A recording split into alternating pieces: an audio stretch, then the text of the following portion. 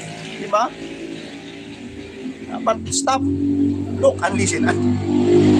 Dapat stop mo, di ba? Huwag nang magpara-comment. Yun ang sinasabi. Dami nagsasabi dyan eh. Huwag ka na magpara-comment na. Dito ka na mag-comment pero good vibes tayo, di ba? Kasi mahirap na eh. Mamaya, sasapi na yung build safe spirit. Diba? Gusto nila maniwala doon sa sinabi ng mga nagkomento. May mga nagkomento dyan. No? Mas malamang kung ganyan ang nangyari, sasapi ka sa mga ganito, antay, nako, bash talaga to. Di ba? Malamas pa, sasabihin natin, hindi natin hawak yung isip ng bawat isa. Bawat viewers, bawat supporters, lalo na sa mga team Kalingap, di ba? Hindi natin hawak mga yan eh. Baka sasabihin yan, ngayon, baka mamaya sasabihan ka pa ng below the belt. Di ba? Hindi natin alam. Sumasama naman pala sa ugali nito sa ano. Dahil nakita natin dito, nung nag-comment sa live ni, dito nga, sa Joel, nakitaan natin na talagang, no? Masama pala ugali nito. Di ba? Di natin masisi mga viewers. Siyempre. Sa camera pa naman, doon sa mismong vlog ni Kalinga Prab, nandyan kayo. Tapos, ang bait nyo. Di ba? Sobrang bait. Hindi mahulugan ng karayo. O yung, di ba? Parang kulang na lang. Di ba? Mamaya, mahirap dyan, mamalbasa. Ano? Pabayaan na kayo, no? Ni Kalinga o Kuya Bal, or di ba, something like na dito. Pero hindi mangyari yan kasi sabi ko, Kalinga Prab, hanggat nandyan, tutulungan ko pa rin ang pamilyang Batalero, which is maganda. Di ba? Di ba mga balbas? Kasi medyo nangaw-ngawa kayo dyan, hindi mo alam na pinasok mo is antay, no? Kunting ipit. Hindi alam, hindi siguro aware, no? Hindi aware mga balbas lang siguro, no? Kaya ganun. Hindi naman supporters yan, antay yung pinapasok nyo. Mahirap yun, di ba? Alam mo naman yung mga yan, yung mga content yan, for content lang. Kasi, di ba, binabato ang Kalinga para mas malakas ang kita, di ba? Di ba? Mamaya, sasabihin at mag-iba ang isip ng, di ba? Sabi, sige, malis na kayo. Di ba, kung halimbawa, sino ka pa kay Rina, pinalis kasi ka, yun na yung gusto ni nanay, no? And the long run, syempre, di ba, nagpinagbigyan dahil nanay niya yan eh. Ganun din dito, parang nakita natin yung parang may duplication yung ginawa, no? Ni nanay ni Rina at dito, no? Na ayaw na nila. Nasa kanila yun, di ba? Pagkatapos mong tulungan, ganun. So, style, hindi natin alam, no? Kung meron talagang nasa likod nito o hindi natin alam bakit nila nagawang magrebelde. Rebelde ba tawag yan? Di ba? Mas gustong katalikan, itigil ang buwanga, huwag pumasok sa live ng iba, protektahan ng pamilya, may isip. Tama, kawawa sila lalo sa mga basher, kuya. Yes, exactly, Ma'am Sir Jomari, Ma'am Jomari. Like a Bautista, Zerbo, lalong basher, katakot-takot yan, kabalbas. Tama, no? Basher, lalo pag below the belt na yung gagawin sa inyo, iyak-iyak na lang kayo dyan sa tabi, o di ba, sa gilid. Mahirap yun, di ba, mabalbas natin. Mahirap as in, okay? So, isang oras na naman tayo, mabalbas natin, ang bilis na lang ng panahon, no? Sabi hindi kasi man natin maisip na yung mga ganitong bagay, tapos sabihin mo na hindi naman kami kumakalaban sa Kalingap. Yung sinasabi nyo, no, sa live nyo. May natin ako, Dr. Lab, hindi ko makalaban. Hindi ako kailangan kakalaban yung Kalingap. Pero, pupunta ka sa live ng anti-Kalingap, parang hindi ka pa rin paniwala, no? So, care lang, take care, good care. Diba? Ingat-ingat lang sa Tagalog pa. Diba? Nakabalbas natin.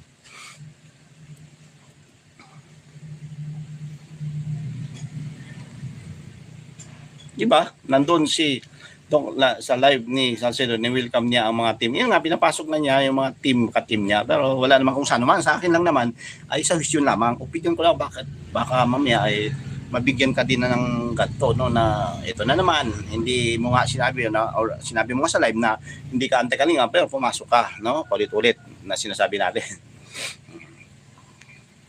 Ganyan-ganyan, yung mga dating kumalis pero ngayon saan sila? Wala ng views. Christina Diases.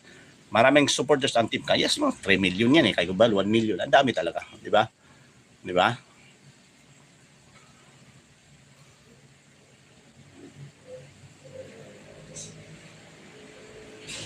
Namaya, sabihan ka ng sa atin, sabihan ka na ng mangkak sa dalawang ilog, no? Di ba? Mamaya lalabas talaga na ganito. Hindi natin alam kung anong bibitawan ng mga masakit na salita ng mga viewers yung mga basher, di ba? Di ba? May sabihan ka na, katapos ng ganito, tulungan, kapal ng mukha niyo. Ano, di ba? Tapos pabait naman ng Kuya ng Kalingap Rab. Tapos ganito, dapat doon na lang kayo nakinig. No? Doon kayo nag-reach out. Hindi ka pumapasok sa mga iba na may live, no? Di ba? Lalo yung mga antay na yan, mabalbas natin. Di ba? Hindi, dahil naturingan natin na mabait. Naturingan natin, kita tulungan dahil karapat-dapat, di ba? Pero daw paraan ngayon na papasok pa sa mga ganyan live. Which is na hindi naman kalingap, di ba? Tapos pakalakalat ka sa live ng hindi mo alam, yun na, napasok mo, di ba? Is antay. Paano na lang yan? Lahat ng mga mali sa kalingap, ang mga reactor dati wala namang karamihan, walang views. Ngayon, ginagamit nila yung content. Kalingap, dapat pag wala ka na sa kalingap, huwag ka na makiusaw-saw. O, di ba? Sabi? O, wala kalingap, hindi nga pwede dahil nandiyan nga yung views. No? Hindi pa pwede yan. Hindi naman na makapabuti yung magpasok ka sa live. Mas malalo lang silang pag-usapan sa social media ngayon. Bakit ganun lang po ng panggulo. O, di ba? Yan ang sinasabi. Ngayon, dahil isang oras tayo, ay pansamantala na tayo magpapaalam. Maraming magalit ng mga viewers ng Kalingap, kuya. Yes, tama. Tama yun. Which is na hindi siya aware na ganun, no, di ba? Kalokohan yan para matahimik sila kung sa nag-comment sila hindi nagawa ng paraan para mabash sila. Ano ba ginagawa ng Kalingap sa buhay nila? Inaangat lang buhay niyo po. Ngayon Kalingap pa, masama di. Wow, talaga kayo, talagang bravo. Di ba? Nalabas na sipon ko.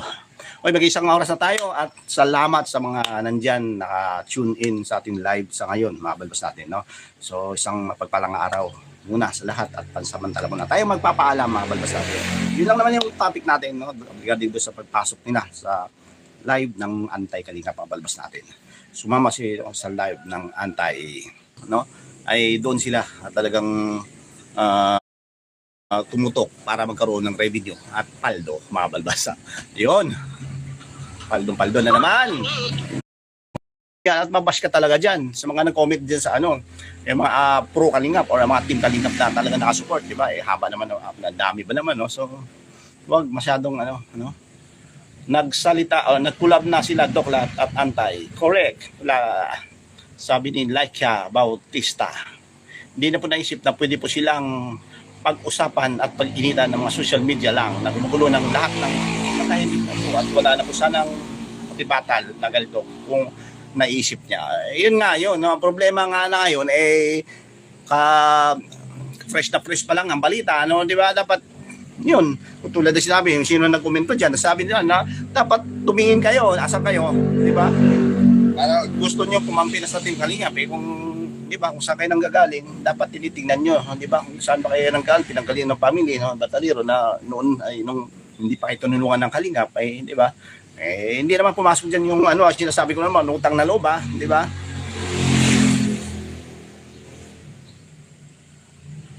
Kasi mga mabalbas, pagdating kasi dito, doon ka pumapasok, mahirap na. Di ba? Maraming magtataka, ano ba nangyari sa iyo? Ate Ansel, bakit diyan ka na pumasok, no? Parang isipin natin na parang nilaso na yata yung utak ni sa akin ano lang to for, di ba? Nakakalungkot man pero parang gusto maniwala na tama ako, di ba? di ba? Oh, so yun lang, hindi naman tayo talaga na as in hindi na siya hinahiya, mga ganyan. Bakit naman ganun? Di ba? Nakakang panglumo parang Kalingap ka tapos napapasok ka sa Kalingap, di ba? Di ba? Saan ba to? Meron bang nasa likod nito? Si Dr. Love naman kasi, di ba? Alam naman natin, hindi naman antay daw. Sabi niya, hindi siya antay. Pero pagdating dito, di ba? Bakit naging malakas yung loob niya, no? Meron bang nasa likod? Baka nandito yung mga bigating, di ba? Kasi pag mga ganyan, hindi katahimikan yan. Diba, mga balbas, palike naman ako, Dahil yung ganyan, tahimik ba yung ganyan? Baka gulo. Aabutin mo dyan pag mga kalaban mo. Alam mo naman na ang taga-kalingap, di ba? Di ba? Totoo. Kaya totoo dahil totoo mag-like kayo. Di ba? Hindi, ano lang tayo, real talk lang tayo, mabalbas natin. Kasi di naman lahat ng bagay, di ba? Pag mga ganyan kasi, magawa si nanay, si Biancy na nahimik na.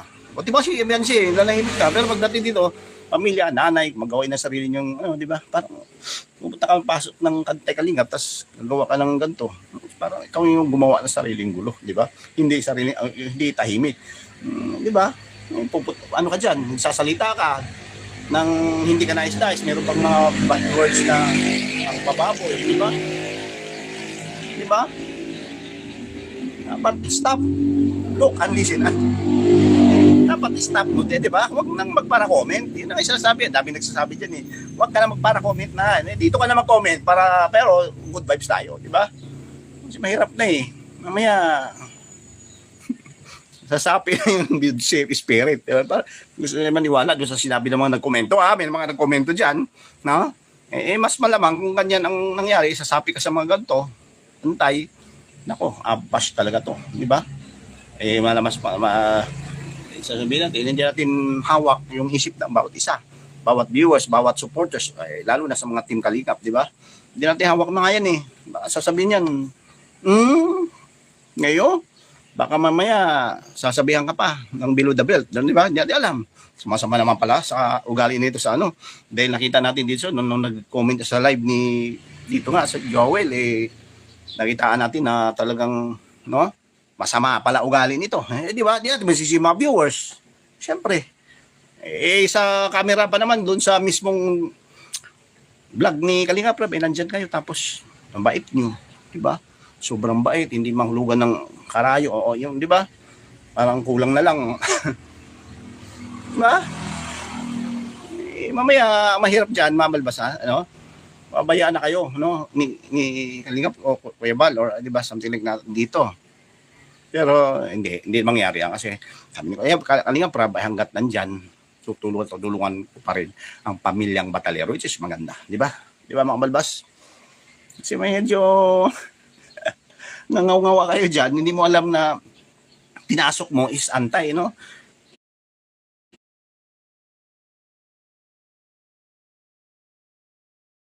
Pinapasok na niya yung mga ka-team niya, pero wala naman kung saan naman. Sa akin lang naman ay sa question lamang. Opinion ko lang, bakit baka mamaya ay mabigyan ka din na ng ganito, no, na ito na naman, hindi mo nga sinabi na, or sinabi mo nga sa live na hindi ka anti-Kalingap pero pumasok ka, no, ulit-ulit na sinasabi natin.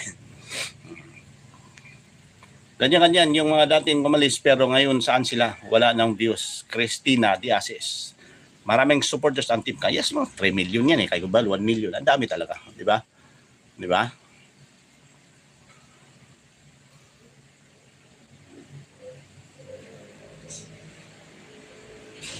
Namaya, sabihan ka ng sa atin.